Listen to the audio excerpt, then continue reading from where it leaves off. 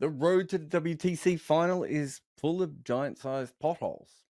I mean, India was cruising towards it and then ended up with one of the most dramatic 0-3 scorelines in the history of the sport. Sri Lanka was 5-4 heading into their last two series, which happened to be against the finalists, and they went 0-4 in that. New Zealand started well, but lost the pot for a while, stole 3 wins against India that no one saw coming, and then gave back a few against England at home. And England decided before the WTC, as always, that it was too confusing to even look into. But morally, they have already won 2 WTC finals, so the vibes are still immaculate over there. So that left us with Australia and South Africa. It is a confusing final, as South Africa are in it, and midway through this cycle, they basically stopped playing Test cricket altogether. But here they both are, in an ICC final that we've been waiting for since the 90s. And of course, this whole tournament has been a bit of a logistical nightmare. And so the teams had to do an awful lot to navigate that. A bit like our friends at DP World, who have incredible global reach, brilliant infrastructure, and the expertise to move around the world. But they are now also a major part of cricket through their Beyond the Boundaries initiative, a mission that uses DP World's smart logistics to change what's possible in cricket through improved access to the game's grassroots. DP World has already delivered repurposed containers with cricket kit to 9 different countries, including one to Lords for the WTC final. So, how did these teams get here? South Africa went 1-1 against India at home. There had been 3 test series, this one had been downgraded to 2. India made 245 in the first innings at Centurion as Rabada took 5. He took 3 of India's top 6. It was also Dean Elgar's second last test, and he made 185 in the following innings. Nandra Burger took 4 wickets in the third innings, and India rolled for just 131. But the Cape Town test, well, that was a lot more fun, unless you were a batter. It wasn't fun. In fact, the surface was rated unsatisfactory by the ICC. The official word that we would use would have been shithouse. For context, it was the shortest result game in the history of Test match cricket. South Africa was sirajed in their first innings, being bowled out for 55. India got to 153 for 4 before losing their final 6 wickets in 11 balls for literally no runs. Aiden Markram then does his best impression of Bannerman, making 106 out of 176, which it was just a remarkable innings. But India chased down the total in just 12 overs for the loss of 3 wickets. A 1-1 result in that series, I think, is fine. South Africa's batting was not in a great place at the time, and India was doing a lot better. So on a tough wicket in Newlands, they couldn't outbat the visitors. They could barely bat at all. In fact, outside of Markram, they just didn't bat in that test. South Africa then visited New Zealand. Not the South Africa main side or the second side, or maybe even the third side. Just random people that were wearing the uniform. We could actually stop the recap here because if there was any winner of this series, it wasn't New Zealand. It was those who had invested in the SA20. South Africa just decided not to send their best side. Years from now, children will be talking about the time Neil Brand captained his nation on debut. Rabada was obviously very disappointed with all this. And in hindsight, it's kind of a huge achievement that they made the final despite all that happened here, or an absolute farce. Take your pick. In the first test at Mount Maunganui, David Benningham's 87 was the highest score, which will be important later on.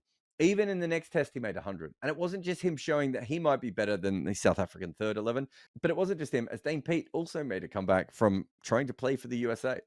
They defeated the West Indies 1-0 away. Bavuma and Dazorzi made half centuries in the first innings, while a few others chipped in with contributions. West Indies started well, but then completely fell apart. Rabada took 3 wickets in this innings, but this is Maharaj's test. He bowled 40 overs out of 91 and had figures of 4 for 76. They set a chase of 298, but so many overs were lost out of that game because of rain that in the end we might have lost out on a classic as the West Indies were 201 for 5. In the game, Maharaj would end up with 8 wickets from 66 overs in the draw. The Ghana test was just the right place to be if you're a seamer. 17 wickets fell on day one. South Africa were actually struggling at 97 for 9, but a 10th wicket partnership between Pete and Berger put 160 on the board. Weirdly enough, the West Indies were 104 for 9 before a 40-run partnership for their last wicket also helped them as well. It was just a good pitch for number 11.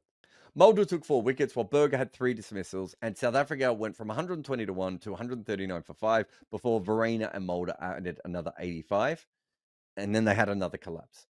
The West Indies actually fought back in this game, but South Africa won the match and the series. Rabada and Maharaj took 3 wickets each. In Bangladesh, they won 2-0, and it could have been a tricky series there, but Rabada, Mulder, and Maharaj took 9 wickets between them on day 1 of the test, and Bangladesh kind of never recovered. South Africa did slip to 108 for 6 themselves, but then they had a 119-run partnership with Verreynne and William Mulder. and Dane Pete also added some more runs. Bangladesh eventually fought back in that game, but they were too far behind, and South Africa chased easy. The second test, Tony Dzorzi and Tristan Stubbs made centuries and Bettingham a 50. Coming in at number 7, Mulder smashes an unbeaten 105 not out, and Mutsasamy made 68. Rabada picked up another 5-wicket haul, while Maharaj and Patterson took a couple each. In the third innings, Mutsasamy and Maharaj took 9 wickets. It was their first series win in the subcontinent after a decade. And to be fair, it was a pretty good result, especially being 2-0 with Bangladesh's form at home. Sri Lanka toured South Africa, and the home team won 2-0. Remember, they are the only Asian team to win a test series in South Africa. And on day one, on a pretty spicy wicket, South Africa didn't make 200. In fact, Bavuma made 70. No one else crossed 25. Unfortunately, though, that was the last time Sri Lanka had a chance in that game, as Marco Jansen ensured they still ended up with a lead of 149. Remember, they did not score 200. Bavuma went back out and made 100 in the next innings as well. Rickelton, Verena, and Bavuma were major contributors in their 358 at Burqa, but Sri Lanka were 261 for 3, but they ended up only on 328. Patterson took a fifer, multiple batters chipped in with contributions as the host set a target of 348.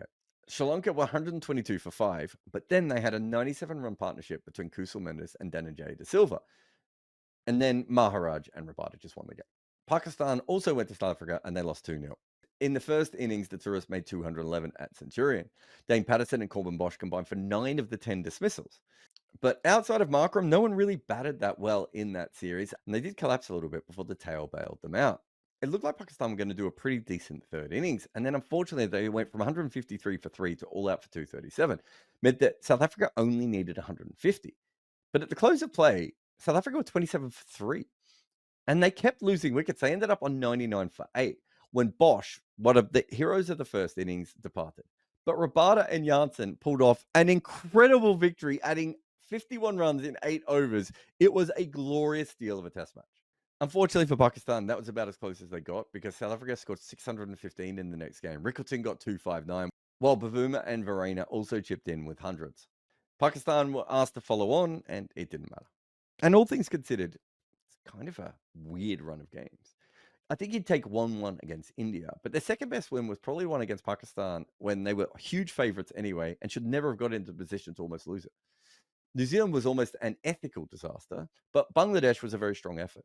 Rabada, Bavuma, Bettingham, and Maharaj were the key players, but Verena was fun, and Stubbs at number 3 was a bit of a surprise. I know a lot of people will focus on the easier schedule, which was clearly there, but they were 1 win from their first 5 tests and then came home with 7 on the bounce. Even with an easy fixture list, it's not that easy to win that many matches in a row. And what about Australia? Well, they started off in an Ashes with 2 all. Zach Crawley punched Australia and Pat Cummins in the mouth on the first ball, but that was followed by a crazy declaration. Usman Khawaja was the opposite of what Bazball meant, and he made 141 from 321 deliveries. He was supported by Alex Carey and Travis Head. In the third innings, Cummins and Lyons took 4 wickets each as England made 273. And while chasing 281, Australia was 227 for 8 when Cummins and Lyons again formed an iconic partnership to somehow make 55 runs and win the game. Lords was the match of bouncers, the most bowled ever in a test, probably. It was actually just a weird game all the way. We also had Stark taking a catch, but then running the ball on the ground.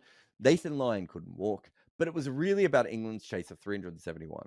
And they were struggling a lot at 45 for 4, but Stokes produced another Ashes classic, almost winning the game on his own. But no one remembers that at all because Bairstow walked out of his crease. We had a whole new cricket culture war. Remember, at this point, Australia are up 2-0, but that does include 2 pretty close games. At Leeds, Marsh comes in for Green and makes 118 out of the 263. In the next innings, Cummins goes at more than 5 and over, but takes 6 wickets. And England only added 237. Australia have a very weird third innings, but Head does make 77. It's a close test all the way through, really. And Stark takes 5 wickets in the fourth innings, but this time England pick up the win with 3 wickets in hand. Now, if the Manchester test wasn't rain affected, Australia probably lose it.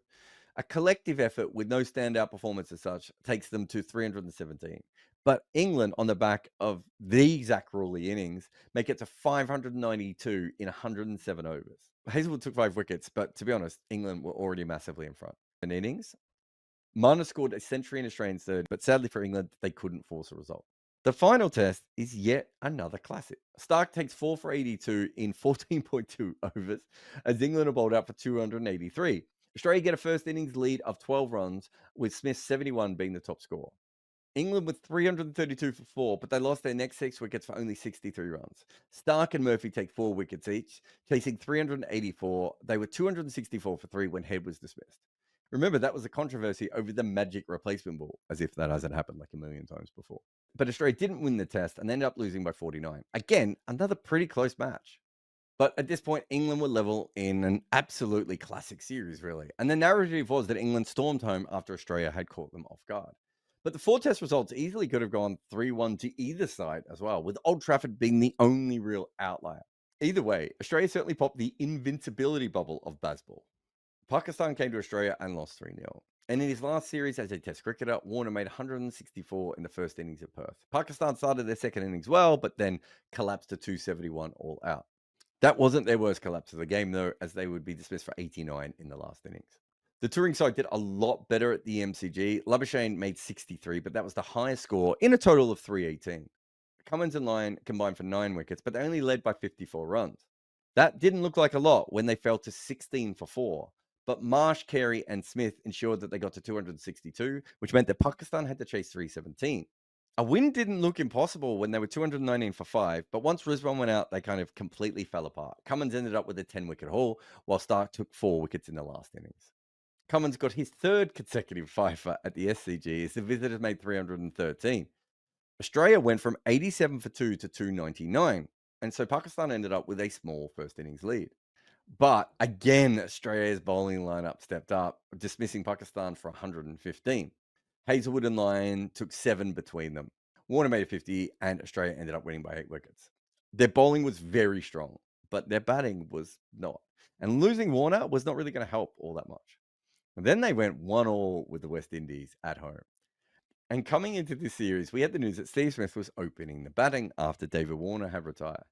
Yes, this was a thing that actually happened. 224 was a weird year. West Indies started with 188 as Hazelwood and Cummins took the wicket. After a bit of a stutter at the top, Travis Head came in and made 100. And Australia made it to 283, which was enough of a lead for the rest of the game. They'd end up winning by 10 wickets. But it was very much on the back of the bowling. The next one was crazy. West Indies scored a 311. Stark, the master of the pink ball, took 4 wickets for 82 runs. Australia were 54 for 5 in the 12th over, but they made it to 289 for 9 in 53 overs before declaring. It was kind of their own personal baseball. Khawaja, Carey, and Cummins scored 50s. Lyon and Hazelwood got 3 dismissals each, and so it meant that the hosts had to score 216 to win the series. Normally, you would just think this is an Australian team that would do that. They lost by 8 runs, as Smith carried his bat after making 91. That was the Shamar Joseph game. Again, it was really clear that batting in Australia at this point was tough, and that theirs wasn't also working that well. Australia toured New Zealand next and won 2-0. Australia were 267 for 9 in the first innings, and at that stage it was like, maybe this is going to be a close series. Cameron Green and Josh Hazelwood then took them to 383. Green was batting at number 4 because, of course, Smith was opening at this point, and he made 174 not out. From there, they blew out New Zealand's top order to 29 for 5 before they went on to make a few more runs. Weirdly enough, in the 3rd innings, Nathan Lyon was the top scorer, coming in as the night watch. They ended up setting a target of 369, and Lyon wasn't done. He came back and took 6 wickets as well. Hazelwood started with a 5-wicket haul, and then Labuschagne scored 90. So they had a 94-run lead halfway through the game. Eventually, that meant that New Zealand had to chase 279. And again, the Australian bowlers were just all over them and had them 80 for 5. Cummins took 4 wickets in the 3rd innings, but the Kiwis batted really well, so the Aussies needed to chase 279. Again, a mediocre total, although not as small as the one against West Indies, suddenly looked really hard. They were 80 for 5. But Carey's 2 vital partnerships with Marsh and then with Cummins meant that they again won a test series against the Kiwis.